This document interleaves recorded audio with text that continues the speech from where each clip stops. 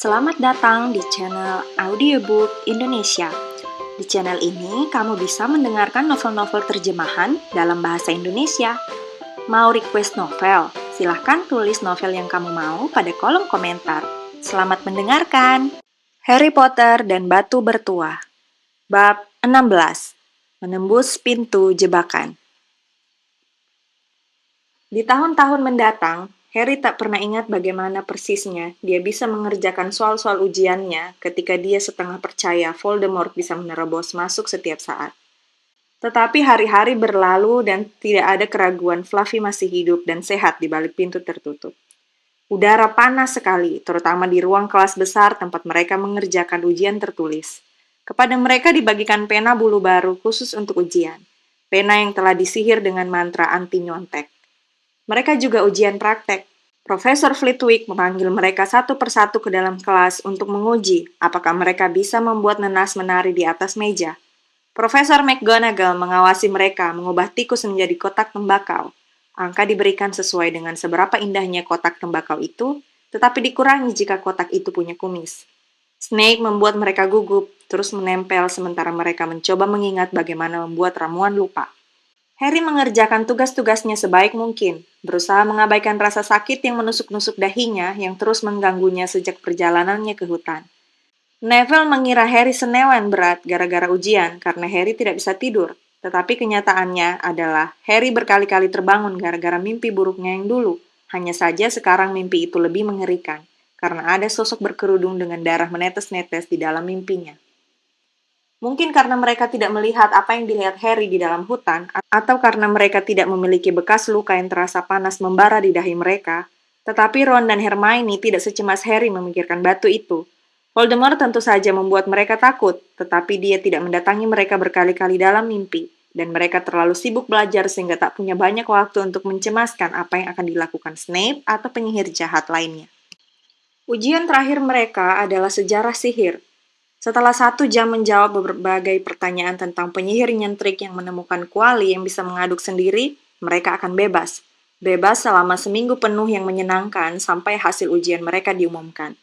Ketika hantu Profesor Binns menyuruh mereka meletakkan pena bulu dan menggulung perkamen mereka, Harry ikut bersorak bersama yang lain.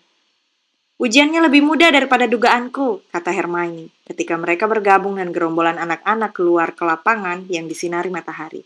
Aku tak perlu menghafalkan kitab perilaku manusia serigala tahun 1637 atau pemberontakan Elfric si penuh semangat. Hermione sedang mendiskusikan soal-soal ujiannya, tetapi Ron mengatakan ini membuatnya pusing. Maka mereka pergi ke danau dan duduk di bawah pohon. Si kembar Weasley dan Lee Jordan sedang menggelitik sungut cumi-cumi raksasa yang sedang menghangatkan diri di air yang dangkal. Tak perlu lagi belajar. Ron menghela nafas dengan senang, berbaring di atas rumput. Ceria sedikit dong, Harry. Kita punya waktu seminggu sebelum kita tahu ujian kita jeblok. Sekarang tak perlu cemas. Harry menggosok-gosok dahinya. Aku ingin tahu apa artinya ini, celetuknya jengkel. Bekas lukaku sakit terus. Sebelumnya memang pernah sakit, tetapi tidak sesering ini.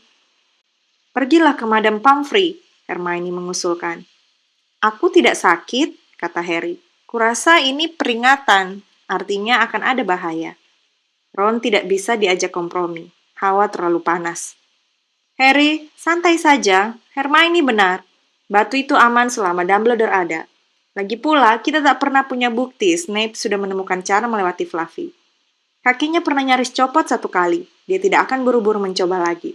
Dan Neville akan main Quidditch untuk tim Inggris sebelum Hagrid mengecewakan Dumbledore. Harry mengangguk.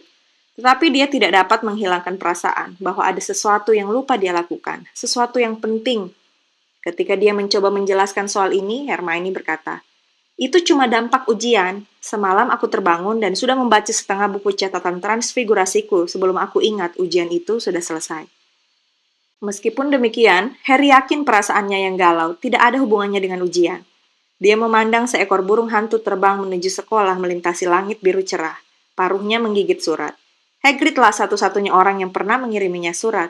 Hagrid tak akan pernah mengkhianati Dumbledore. Hagrid tak akan pernah memberitahu siapapun bagaimana caranya melewati Fluffy.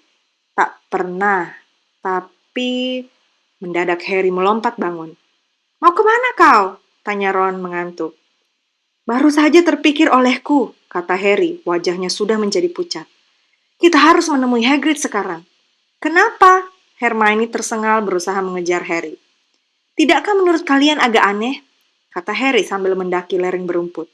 Bahwa Hagrid sangat ingin memiliki naga, dan tiba-tiba saja muncul orang asing yang kebetulan punya telur naga dalam kantongnya. Berapa sih orang yang bepergian membawa telur naga? Padahal sebetulnya itu dilarang oleh undang-undang penyihir.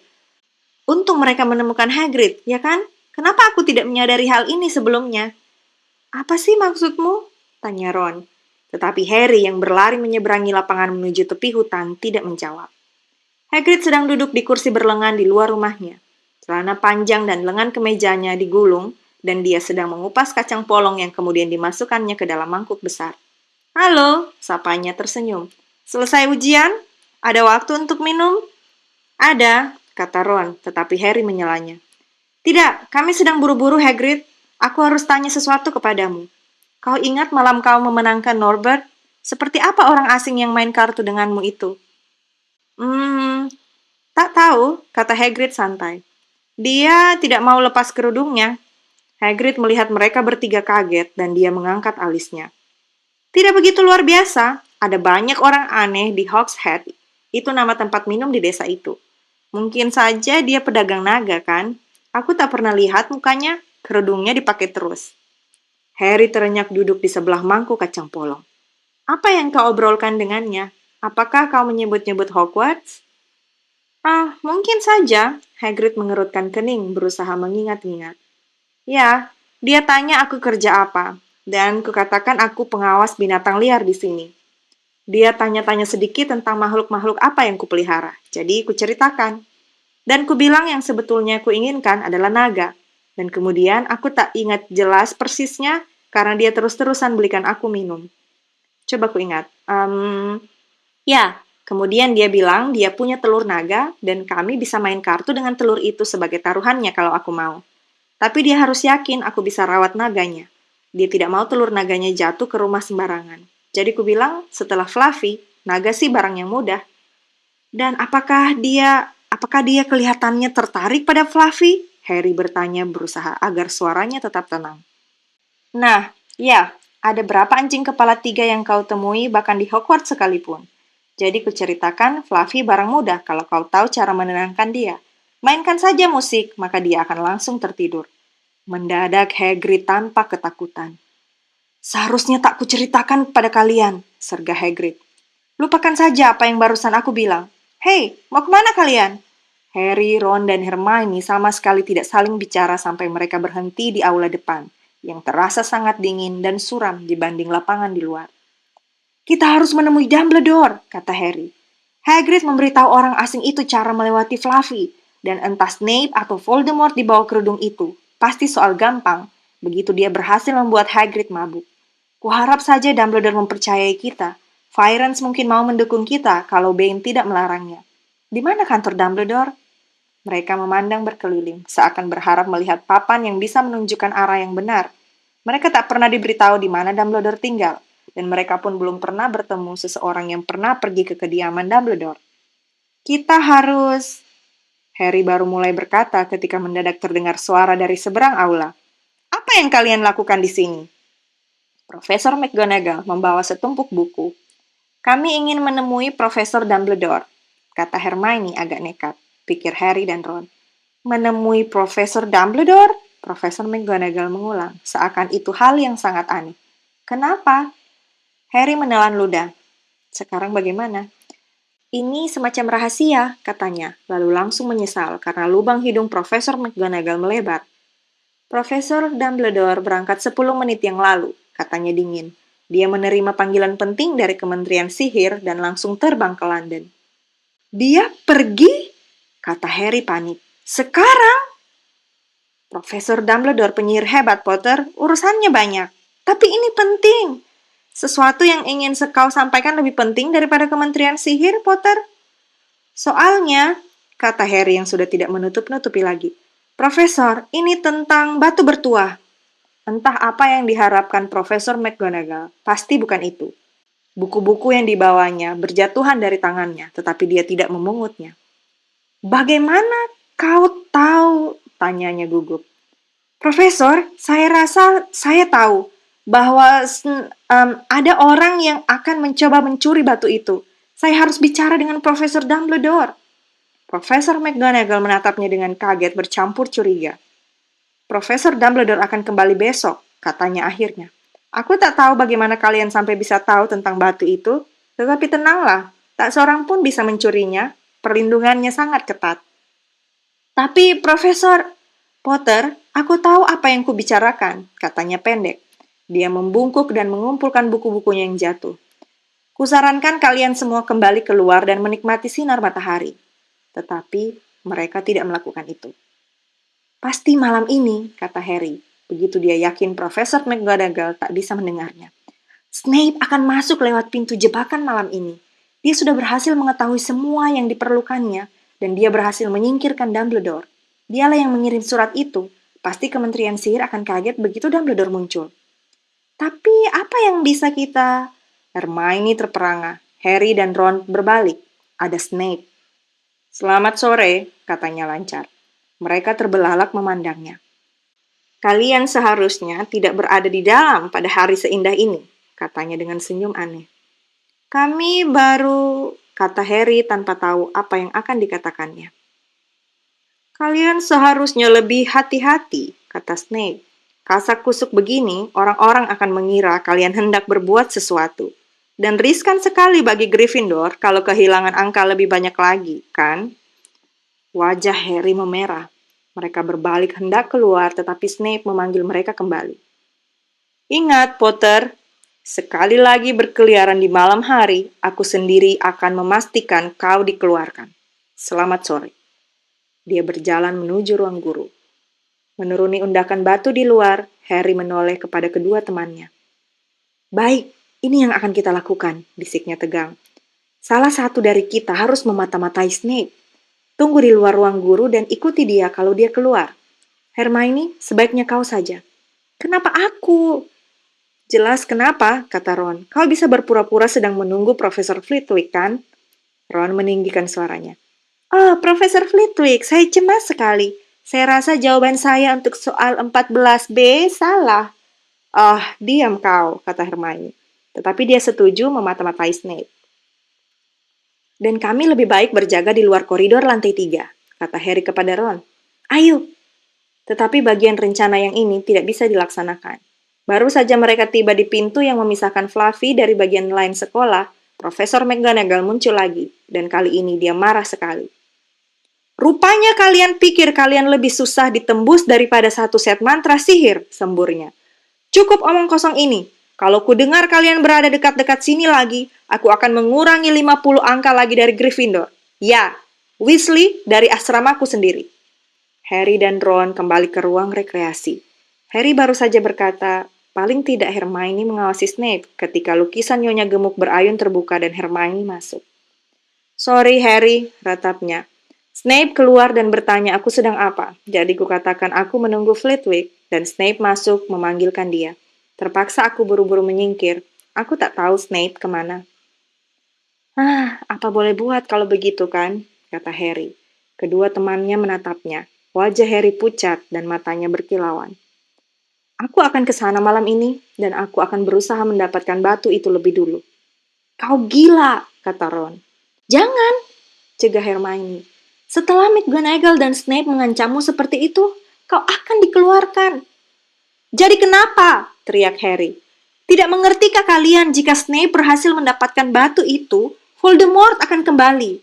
Tidak pernahkah kalian dengar bagaimana keadaannya ketika dia mencoba mengambil alih kekuasaan? Tidak ada lagi Hogwarts. Jadi kita tak bisa dikeluarkan. Dia akan merobohkannya atau mengubahnya menjadi sekolah untuk sihir hitam. Kehilangan angka tidak berarti lagi. Tidakkah kalian paham? Apakah kalian pikir dia akan membiarkan kalian dan keluarga kalian hidup tenang jika Gryffindor memenangkan piala asrama? Kalau aku tertangkap sebelum mencapai tempat batu itu disimpan, ya, aku harus kembali ke keluarga Dursley dan menunggu Voldemort menemukanku di sana. Itu cuma berarti aku menunda kematian sebentar, karena aku tak mau menyeberang ke sihir hitam.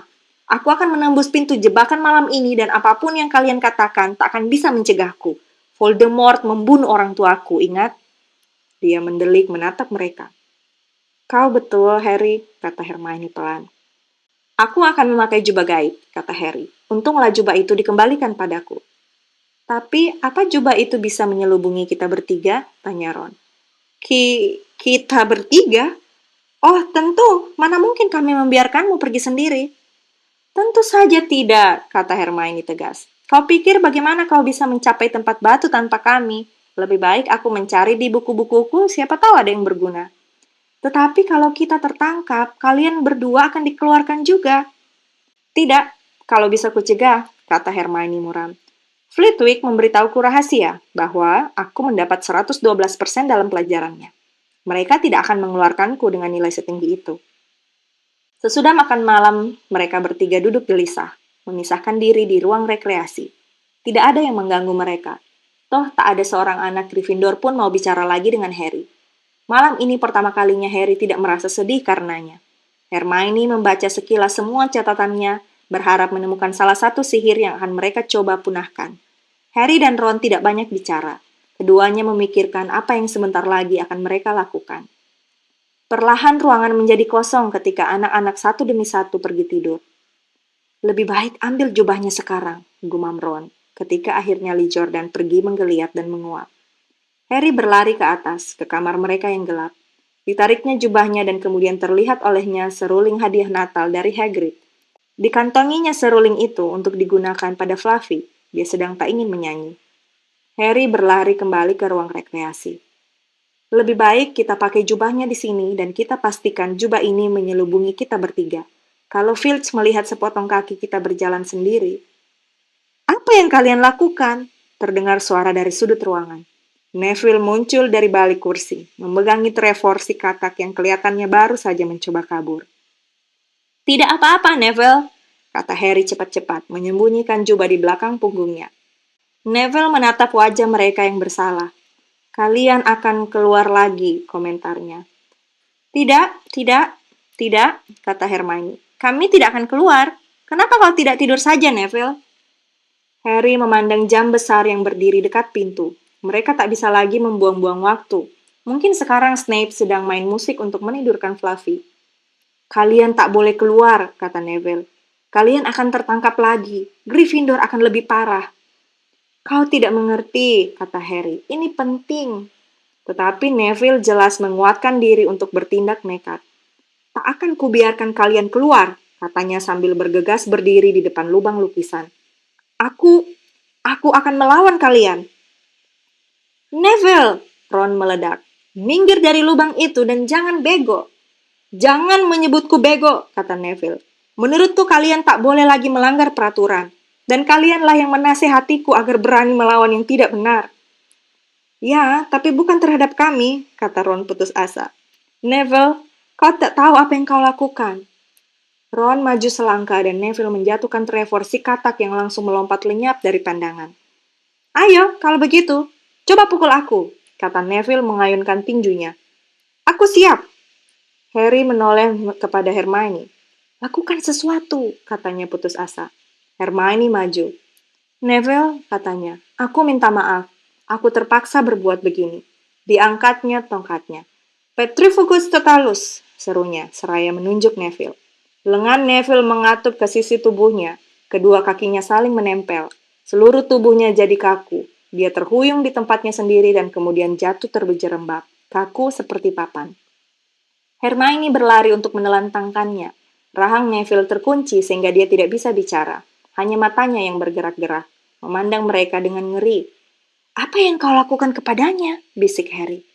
Kutukan ikat tubuh sempurna, kata Hermione merana. Oh, Neville, sorry. Kami terpaksa, Neville. Tidak ada waktu untuk menjelaskan, kata Harry. Kau akan mengerti nanti, Neville, kata Ron, ketika mereka melangkahinya dan memakai jubah gaib. Tetapi meninggalkan Neville yang tidak bisa bergerak terbaring di lantai rasanya bukan pertanda yang baik. Dalam keadaan cemas bagi mereka, bayangan patung kelihatan seperti Filch. Semua desau angin di kejauhan terdengar seperti Peeves yang meluncur turun ke arah mereka. Di kaki tangga pertama, mereka melihat Mrs. Norris mengendap-endap di dekat puncak tangga. Oh, ayo kita tendang dia, kali ini saja, bisik Ron ke telinga Harry, tetapi Harry menggeleng. Ketika mereka hati-hati naik melewatinya, Mrs. Norris mengarahkan matanya yang seperti senter kepada mereka, tapi tidak berbuat apa-apa. Mereka tidak bertemu siapa-siapa lagi, sampai tiba di tangga menuju ke lantai 3. Phoebus sedang berada di tengah tangga, melepas karpetnya supaya orang yang lewat tersandung. "Siapa itu?" katanya tiba-tiba ketika mereka naik ke arahnya. Dia menyipitkan mata hitamnya yang kejam. "Aku tahu kau di situ meskipun aku tak bisa melihatmu. Apakah kau hantu atau murid bandel?" Phoebus melayang ke atas dan memandang mereka. "Harus panggil Filch, harus, kalau ada makhluk tidak tampak berkeliaran." Mendadak, Harry mendapat ide. "Phoebus," katanya, berbisik serak. "Baron berdarah punya alasan sendiri untuk tidak menampakkan diri."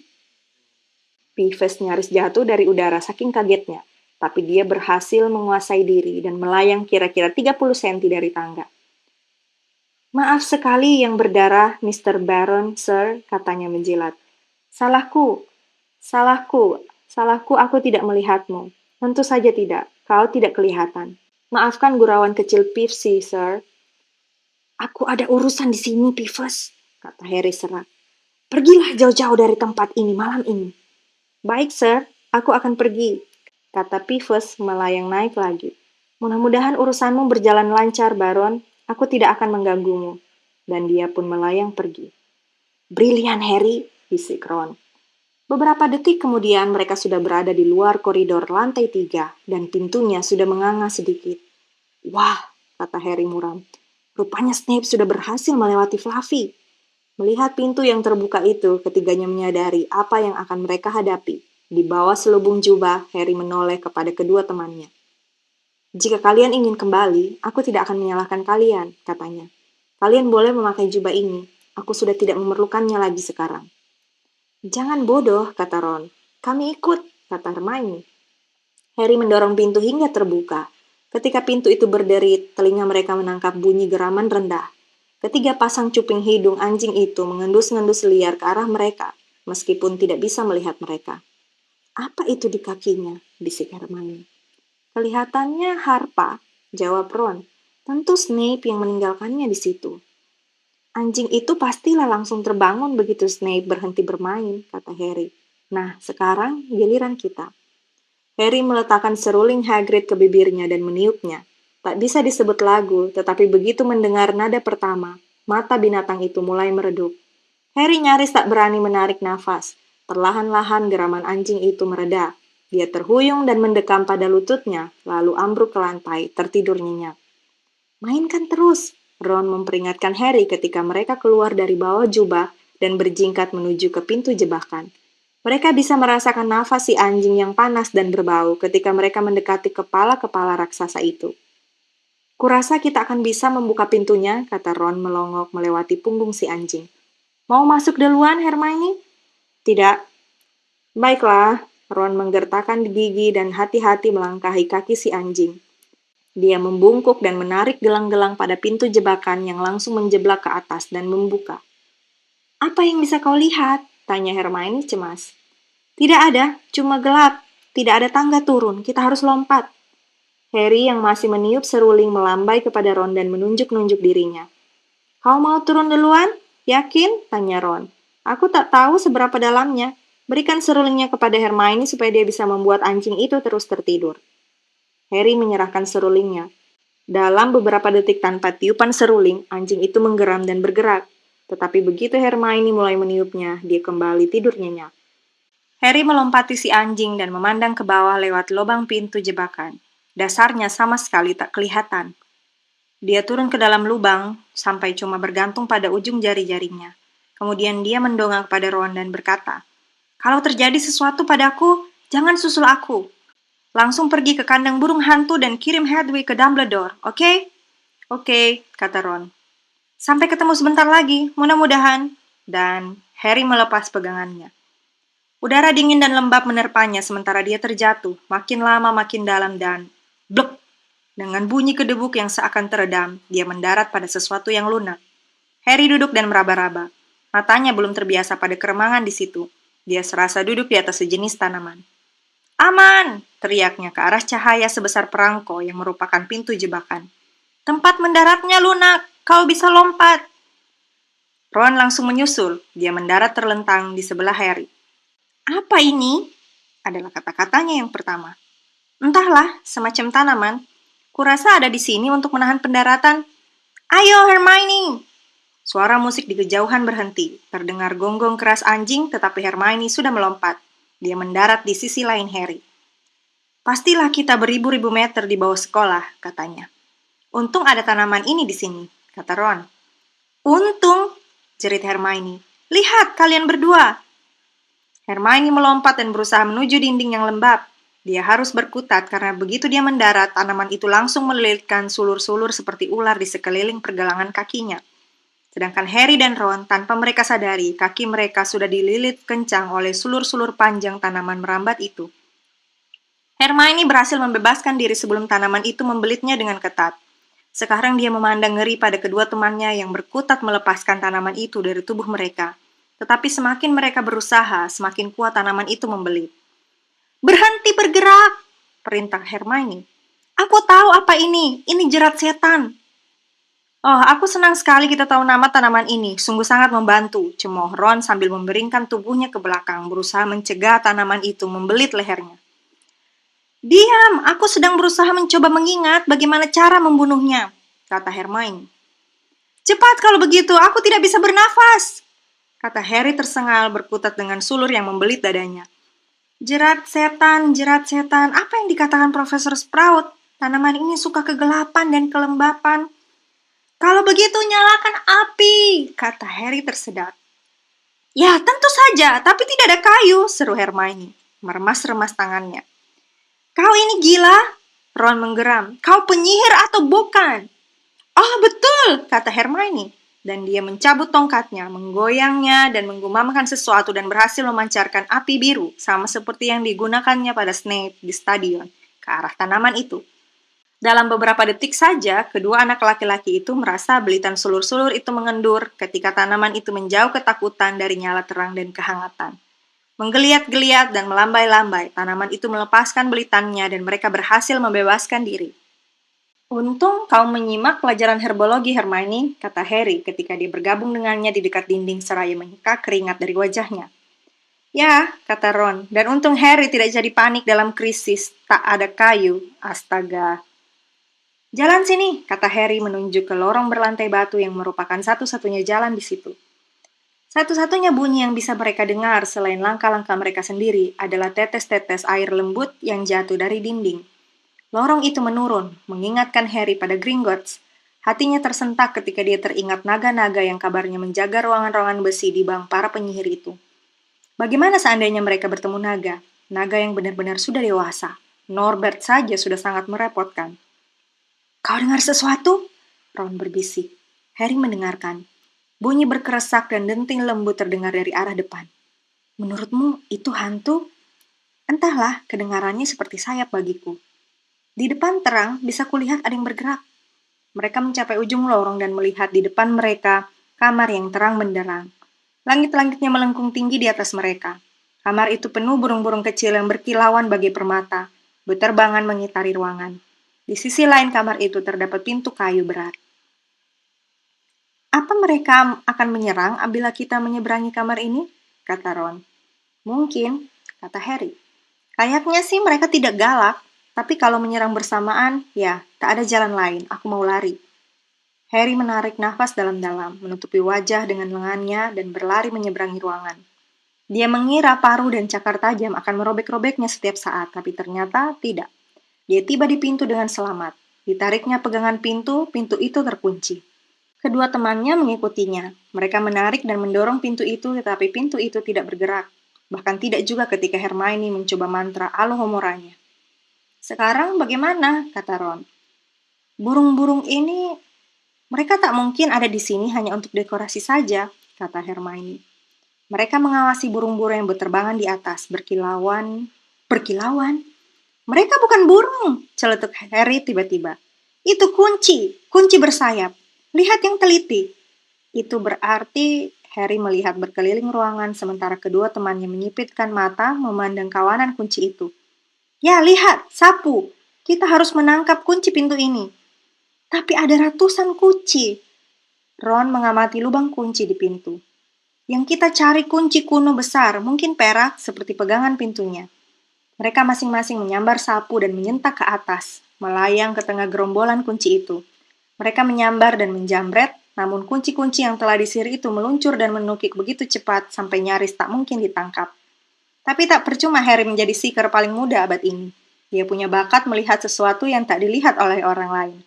Setelah beberapa menit menyelap-nyelip di antara pusaran bulu-bulu pelangi itu, dia melihat kunci perak besar yang sayapnya bengkok. Seakan kunci itu sudah pernah ditangkap dan dijejalkan dengan kasar ke dalam lubang kunci. Yang itu, teriaknya. Yang besar itu, di sana. Bukan, itu. Yang sayapnya biru terang. Bulu-bulunya kusut di satu sisinya. Ron meluncur ke arah yang ditunjuk Harry, menabrak langit-langit dan nyaris terjatuh dari sapunya. Kita harus mengepungnya, teriak Harry tanpa melepas pandangannya dari kunci dengan sayap rusak itu. Ron, kau mendatanginya dari atas. Hermione, tetap di bawah dan cegah kunci itu turun. Dan aku akan mencoba menangkapnya. Baik, sekarang! Ron menukik, Hermione melintas, kunci itu berhasil menghindari mereka berdua dan Harry meluncur mengejarnya. Kunci itu terbang menuju dinding. Harry mencondongkan tubuh ke depan dan diiringi bunyi derak yang menyakitkan telinga, memepetnya ke dinding dengan satu tangan. Sorak Ron dan Hermione bergaung di kamar berlangit-langit tinggi itu. Mereka cepat-cepat mendarat dan Harry berlari ke pintu. Kunci di tangannya menggelepar berusaha melepaskan diri. Harry memasukkannya ke lubang dan memutarnya. Berhasil. Begitu terdengar bunyi klik membuka, kuncinya langsung melesat terbang lagi. Bentuknya makin berantakan sekarang setelah ditangkap 2 kali. Siap? Harry menanyai kedua temannya. Tangannya mencekal pegangan pintu. Mereka mengangguk. Dibukanya pintu. Kamar berikutnya begitu gelap, sehingga mereka sama sekali tak bisa melihat apa-apa. Tetapi begitu mereka melangkah masuk, mendadak cahaya memenuhi ruangan, menunjukkan pemandangan yang mencengangkan.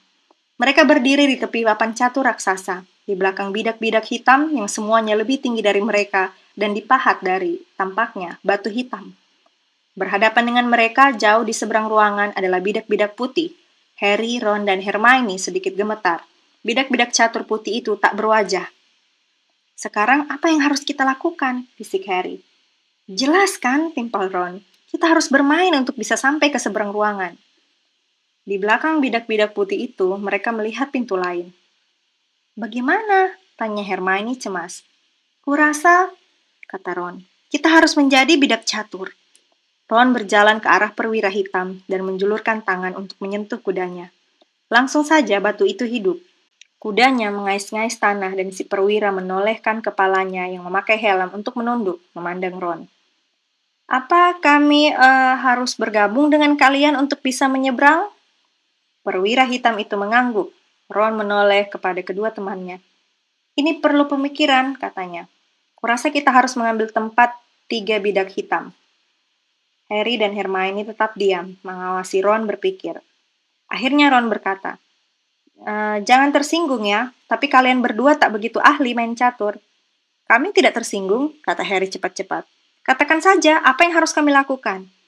Nah, Harry, kau mengambil tempat menteri itu, dan Hermione, kau di sebelahnya, di tempat benteng itu. Kau sendiri bagaimana? Aku akan jadi perwira, kata Ron. Bidak-bidak catur itu rupanya mendengarkan, karena begitu Ron berkata demikian, perwira, menteri, dan benteng berbalik memunggungi bidak-bidak putih dan berjalan turun dari papan catur, meninggalkan 3 peta kosong yang segera ditempati Ron, Harry, dan Hermione. Putih selalu melangkah duluan dalam permainan catur, kata Ron, menyipitkan mata memandang ke seberang. Ya, lihat. 1 pion putih melangkah maju 2 peta. Ron mulai mengarahkan bidak-bidak hitam. Mereka bergerak diam mengikuti perintahnya. Lutut Harry gemetar. Bagaimana kalau mereka kalah? Harry bergerak diagonal 4 peta ke kanan. Pukulan pertama mereka terjadi ketika perwira hitam satunya ditawan. Si Ratu Putih membantingnya ke lantai dan menyeretnya keluar papan. Si perwira menggeletak tak bergerak, tengkurap. Apa boleh buat? Kata Ron yang tampak terguncang. Kau jadi bebas menawan si menteri itu. Ayo, Hermione. Setiap kali salah satu anggota mereka kalah, bidak-bidak putih itu tak menunjukkan belas kasihan. Segera saja sekumpulan bidak hitam lemas terpuruk di sepanjang dinding. 2 kali Ron menyadari tepat waktu bahwa Harry dan Hermione dalam bahaya. Dia sendiri melesat ke sana kemari di papan, menawan bidak putih hampir sebanyak bidak hitam yang kalah. Kita hampir sampai, mendadak Ron bergumam. Biar aku berpikir, biar aku berpikir. Si Ratu Putih menolehkan wajahnya yang kosong ke arahnya. Ya, kata Ron pelan-pelan. Ini satu-satunya cara. Aku harus ditawan. Tidak, kata Harry dan Hermione memekik. Begitulah catur, tukas Ron. Harus ada yang dikorbankan. Aku akan melangkah maju satu petak dan Ratu Putih akan menawanku. Jadi kau bebas mensekak kerajaannya, Harry. Tapi, kau mau menghalangi Snape atau tidak? Ron, kalau kau tidak buru-buru, Snape sudah akan berhasil mendapatkan batu itu. Tidak ada pilihan lain. Siap? Seru Ron, wajahnya pucat tapi mantap. Aku menyerahkan diri. Jangan berlama-lama begitu kalian sudah menang. Ron melangkah maju dan Ratu Putih langsung menerkam. Dipukulnya keras-keras kepala Ron dengan tangan batunya dan Ron langsung ambruk ke lantai. Hermione menjerit tetapi tetap bertahan di petaknya. Si Ratu Putih menyeret Ron ke tepi. Kelihatannya dia pingsan. Gemeteran, Harry bergerak 3 petak ke kiri. Si Raja Putih melepas mahkotanya dan melemparkannya ke kaki Harry. Mereka sudah menang. Bidak-bidak catur menepi dan membungkuk. Jalan menuju pintu kini tanpa hambatan. Dengan pandangan putus asa terakhir ke arah Ron, Harry dan Hermione berlari melewati pintu dan tiba di lorong berikutnya. Bagaimana kalau dia akan baik-baik saja, kata Harry berusaha meyakinkan diri sendiri. Menurutmu, apa berikutnya? Kita sudah melewati kreasi Sprout, jerat setan tadi. Flitwick pastilah yang menyihir kunci-kunci. McGonagall mentransfigurasi bidak-bidak catur, membuatnya hidup. Tinggal mantra Quirrell dan Snape. Mereka sudah tiba di pintu berikutnya. Buka sekarang, Harry berbisik. Buka saja. Harry mendorongnya terbuka. Bau menjijikan menusuk hidung, membuat keduanya menarik jubah untuk menutupi hidung. Dengan mata berair, mereka melihat tergeletak di lantai di depan mereka. Troll yang bahkan lebih besar daripada troll gunung yang sudah mereka kalahkan, pingsan dengan benjolan berdarah pada kepalanya. Aku lega kita tidak perlu berkelahi dengan dia, bisik Harry ketika mereka dengan hati-hati melangkahi salah satu kakinya yang amat besar. Ayo cepat, aku tak bisa bernafas. Harry membuka pintu ke ruang berikutnya. Keduanya nyaris tak berani melihat apa yang menantikan mereka. Tetapi tak ada sesuatu yang mengerikan di sini. Hanya meja dengan 7 botol berbeda untuk berdiri berderet. Hasil karya Snape, kata Harry. Apa yang harus kita lakukan? Mereka melangkahi ambang pintu dan mendadak api berkobar di belakang mereka. Bukan api biasa karena warnanya ungu. Pada saat bersamaan, lidah api hitam menyala di pintu menuju ruang berikutnya. Mereka terperangkap. Lihat! Hermione menyambar segulung kertas yang tergeletak di sebelah botol-botol. Harry melongok dari balik bahu Hermione untuk membacanya. Bahaya ada di depanmu, sementara rasa aman ada di belakang. Kami berdua akan membantumu, entah mana yang akan kau temukan. Satu di antara kami bertuju akan membawamu maju ke kamar berikutnya. Satu lagi membuat peminumnya kembali ke tempat semula. 2 di antara kami hanyalah berisi anggur lezat. 3 di antara kami pembunuh, sembunyi menunggu saat yang tepat. Pilihlah, kalau kau tak mau berada di sini selamanya merajuk. Untuk membantu menentukan pilihanmu, kami berikan 4 petunjuk. Pertama, betapapun liciknya racun berusaha bersembunyi, kau akan selalu menemukannya di sebelah anggur di sisi kiri. Kedua, yang berdiri di masing-masing ujung, isinya lain. Tetapi kalau kau mau ke depan, dua-duanya pantang untuk main-main. Ketiga, seperti kau lihat jelas, semua botol berbeda ukurannya, baik yang cebol maupun yang raksasa berisi maut di dalamnya. Keempat, yang kedua dari kiri dan dari kanan, sama saja isinya, meskipun awalnya tampak berlainan. Hermione mengembuskan nafas lega dan Harry heran sekali melihatnya tersenyum, soalnya dia sendiri sama sekali tak ingin tersenyum. Brilian, puji Hermione. Ini bukan sihir, ini logika. Teka-teki. Banyak penyihir besar yang tak punya logika sama sekali akan terkurung di sini selamanya. Kita juga begitu kan? Tentu saja tidak, kata Hermione. Semua yang kita butuhkan ada di atas kertas ini. 7 botol, 3 di antaranya racun, 2 anggur, 1 akan membawa kita dengan selamat melewati api hitam itu, dan 1 lagi akan membawa kita kembali melewati api ungu. Tapi bagaimana kita tahu mana yang harus diminum? Beri aku waktu sebentar. Hermione membaca kertas itu beberapa kali. Kemudian dia berjalan mondar-mandir di depan deretan botol, bergumam sendiri dan menunjuk-nunjuk botol itu. Akhirnya, dia bertepuk tangan. Aku tahu, katanya. Botol paling kecil akan membawa kita melewati api hitam menuju ke batu bertuah. Harry memandang botol kecil mungil itu. Isinya hanya cukup untuk satu orang, katanya. Satu teguk saja pun tak ada. Mereka saling pandang. Mana yang bisa membawamu melewati api ungu? Hermione menunjuk botol bulat di ujung deretan. Kau minum yang itu, kata Harry. Tidak dengar. Kembalilah dan ajak Ron. Ambil sapu dari kamar kunci terbang. Sapu itu bisa membawa kalian keluar dari pintu jebakan dan juga melewati Fluffy. Langsung pergi ke kandang burung hantu dan kirim Hedwig ke Dumbledore. Kita memerlukan dia. Aku mungkin sanggup menahan Snape untuk sementara waktu, tetapi aku sama sekali bukan tandingannya.